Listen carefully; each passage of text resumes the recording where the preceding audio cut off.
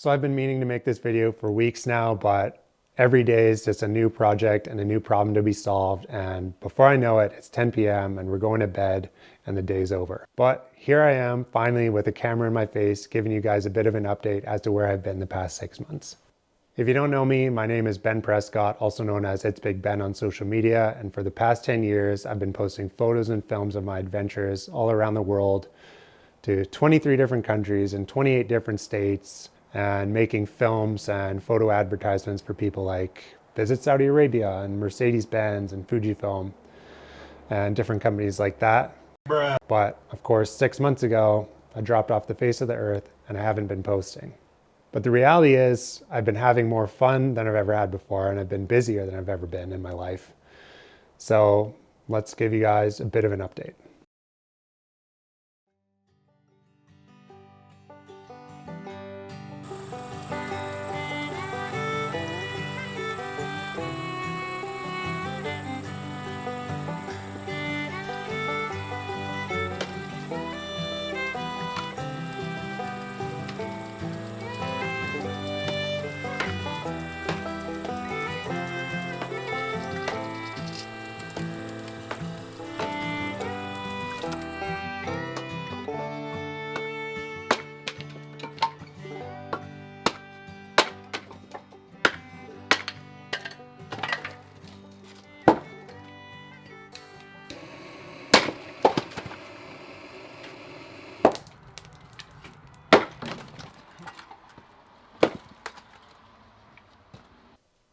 Late last year, my wife Tiana and I realized that we were just really unhappy with where we were living and we needed to make a positive change in our lives.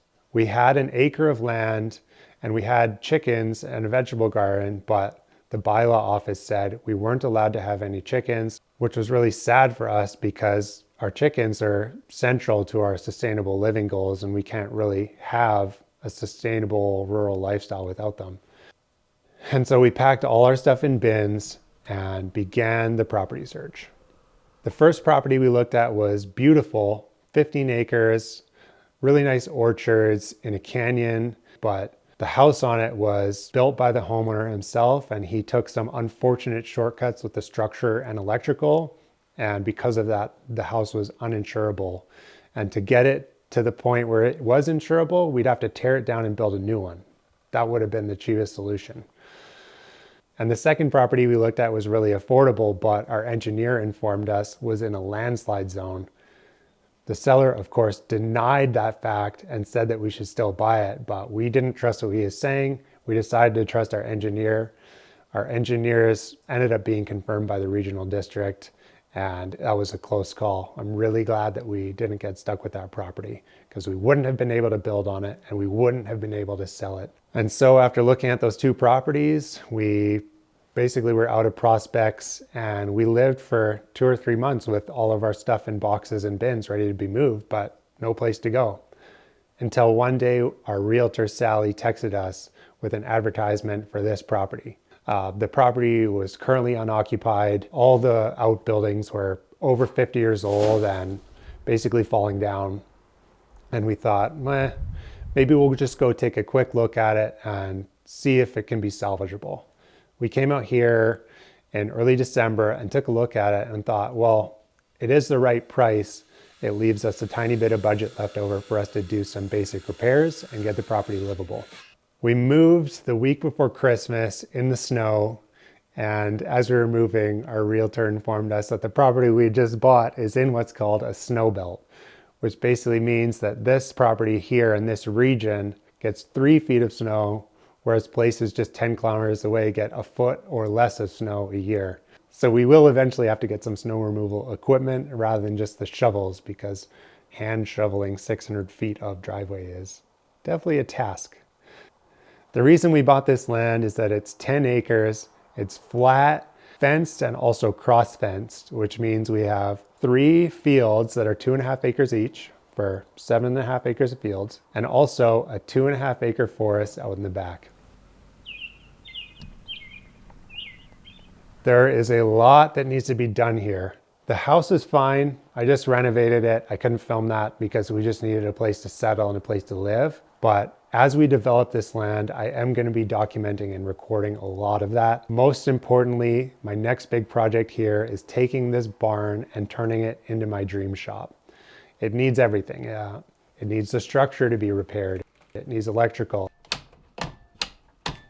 heating,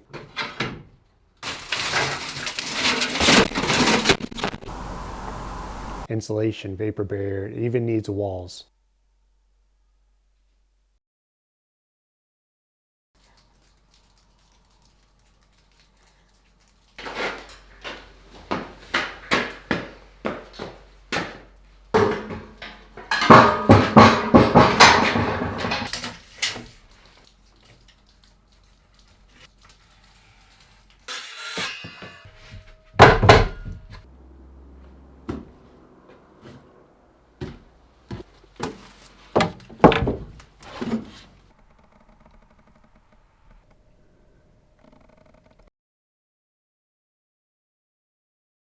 The big idea Tiana and I had getting this property is that we wanted to buy something that we would never sell. A place that we would live the rest of our lives and raise our kids and raise livestock and never move and basically live here for the rest of our lives.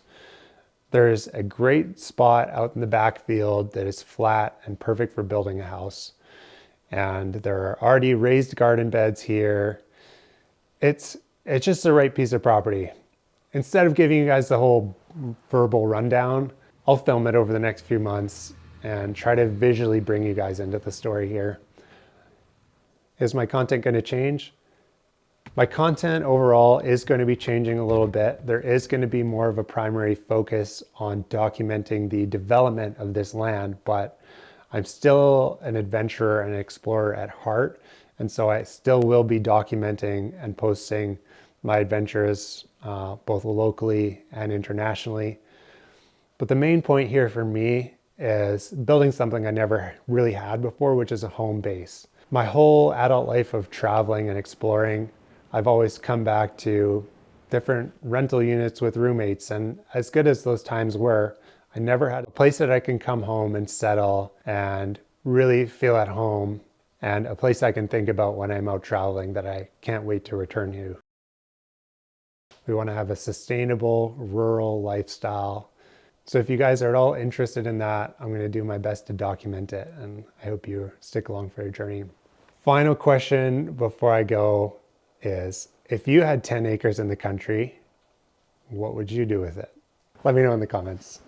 All right, guys, have a great one. See you next time.